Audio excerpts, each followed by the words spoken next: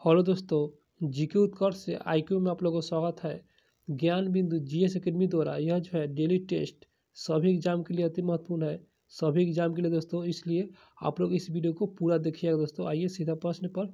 आप लोग मेरे चैनल को सब्सक्राइब नहीं किए हैं तो कर लीजिएगा दोस्तों, और वीडियो को लाइक कर दीजिएगा।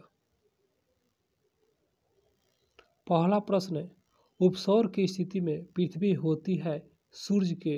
इसका राइट आंसर ऑप्शन बी, अत्यधिक पास में दोस्तों होता है। अगला प्रश्न है, महासागरीय मरुस्थल कहाँ अवस्थित है। इसका सही आंसर ऑप्शन एक, यह जो है अटलांटिक महासागर में स्थित है।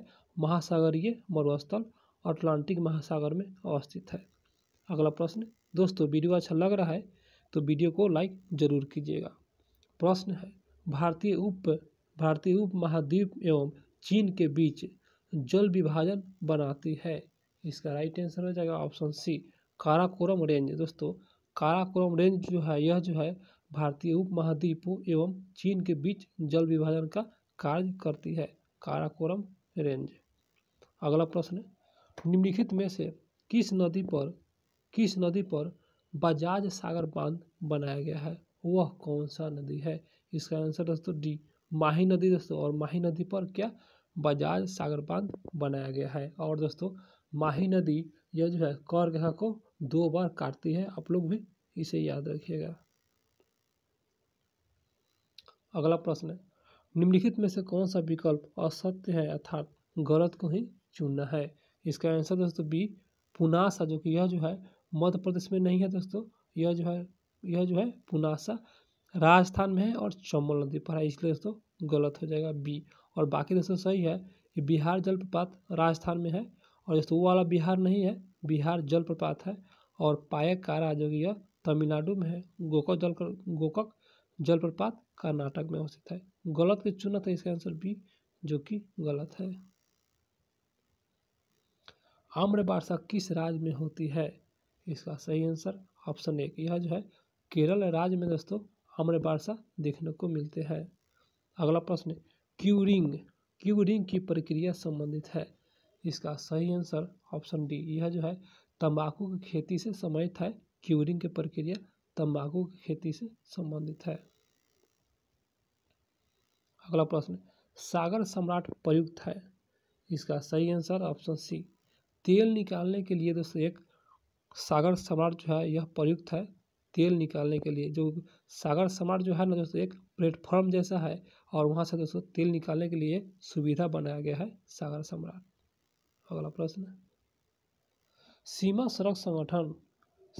सड़क संगठन का स्थापना, इसका आंसर बी 1960 में दोस्तों हुआ था। शिशु मृत्यु दर में शामिल उम्र, इसका सही आंसर ऑप्शन दोस्तों डी, 0 से 1 वर्ष। और यह शिशु मृत्यु दर में शामिल उम्र है 0 से 1 वर्ष। अगला प्रश्न, निम्नलिखित में से किस पर्वतीय स्थल के नाम का अर्थ वज्रपात स्थल है।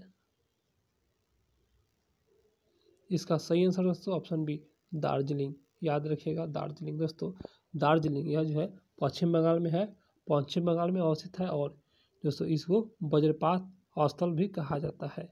अगला प्रश्न, निम्नलिखित में से कौन लैंगून झील के उदाहरण नहीं है। जो कि लैंगून झील का उदाहरण नहीं है दोस्तों।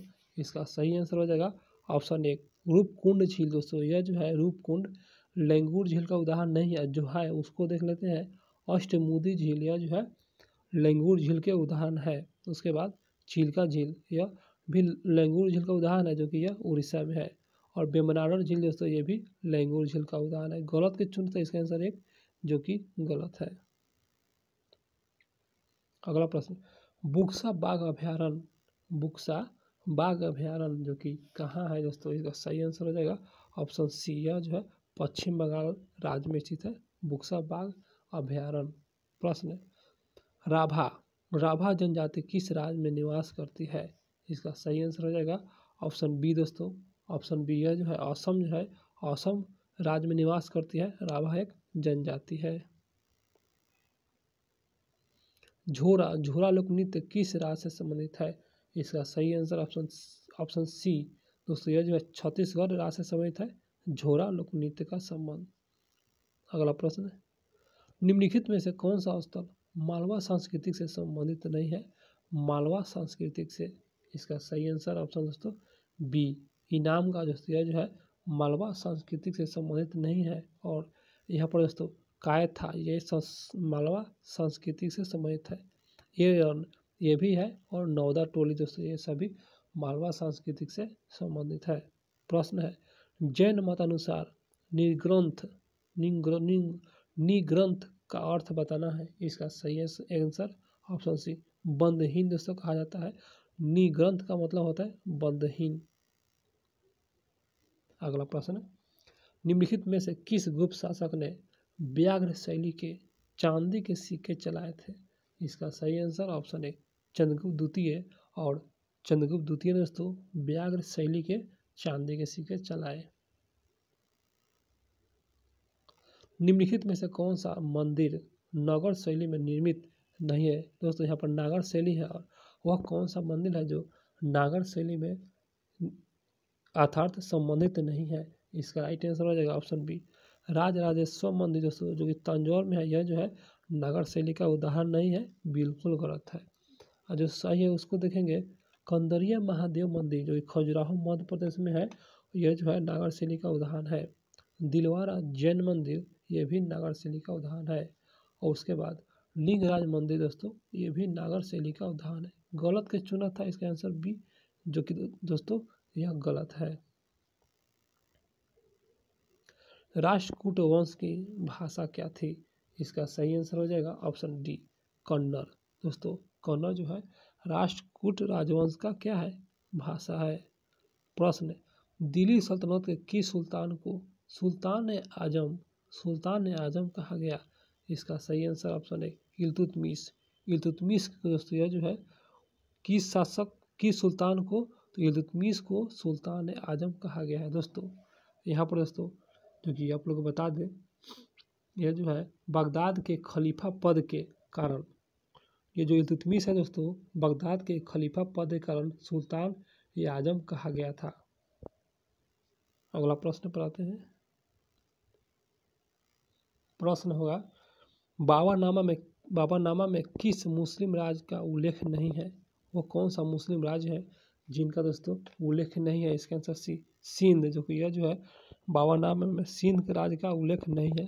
क्लियर सोच लीजिए, सिंध का नहीं है। यहाँ पर देखिए दोस्तों बंगाल का है, मालवा का है और बहमनी का है, याद रखिए। प्रश्न, किस मराठा छत्रपति के समय मराठे युद्ध में भी स्त्रियों को साथ ले जाने लगी? वह कौन सा युद्ध था दोस्तों? किस मराठा छत्रपति के समय दोस्तों मराठा युद्ध में भी स्त्रियों के साथ ले जाने लगी? तो वो कौन सा छत्रपति है दोस्तों? इसका सही आंसर हो जाएगा ऑप्शन डी, संभाजी। और जो संभाजी के दोस्तों समय स्त्रियां भी दोस्तों लड़ाई करने जाने लगी थी। अगला प्रश्न, सेडान का युद्ध किनके बीच हुआ था? इसका सही आंसर ऑप्शन बी, फ्रांस एवं प्रासा के बीच सेडान का दोस्तों युद्ध हुआ था। प्रश्न होगा अगला, बैरकपुर में सैन्य विद्रोह के समय अंग्रेजी गवर्नर जनरल कौन था? इसका राइट आंसर हो जाएगा ऑप्शन डी, लॉर्ड एम हस्ट था। बैरकपुर के सैन्य विद्रोह के समय अंग्रेजी गवर्नर लॉर्ड एम हस्ट था। प्रश्न, 1857 के क्रांति के समय इंग्लैंड के किस पार्टी का सरकार था? जिस समय 1857 क्रांति के समय इंग्लैंड के किस पार्टी का सरकार थी? इसका सही आंसर हो जाएगा ऑप्शन एक, लिबरल पार्टी है दोस्तों। प्रश्न होगा अगला प्रश्न, निम्नलिखित में से किसकी अध्यक्षता में 23 नवंबर 1919 को हिंदू और मुसलमानों की एक संयुक्त कॉन्फ्रेंस हुई थी? तो बताना है किसकी अध्यक्षता में। इसका सही आंसर हो जाएगा ऑप्शन डी, महात्मा गांधी के अध्यक्षता में 23 नवंबर 1919 को हिंदू और मुसलमानों के बीच क्या हुआ था? संयुक्त कॉन्फ्रेंस हुआ था महात्मा गांधी के अध्यक्षता में। अगला प्रश्न पे आते हैं। Bharat Prajamandal all India states peoples conference का गठन किस वर्ष हुआ था? इसका सही आंसर ऑप्शन सी, 1927 को दोस्तों हुआ था।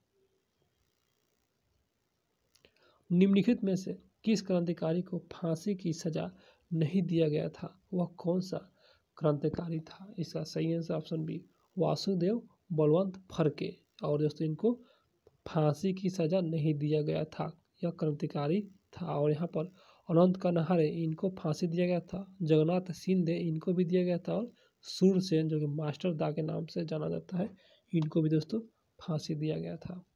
आइए प्रश्न नंबर 30 नंबर क्वेश्चन, 1929 में गठित लिंडेस आयोग के संबंध है।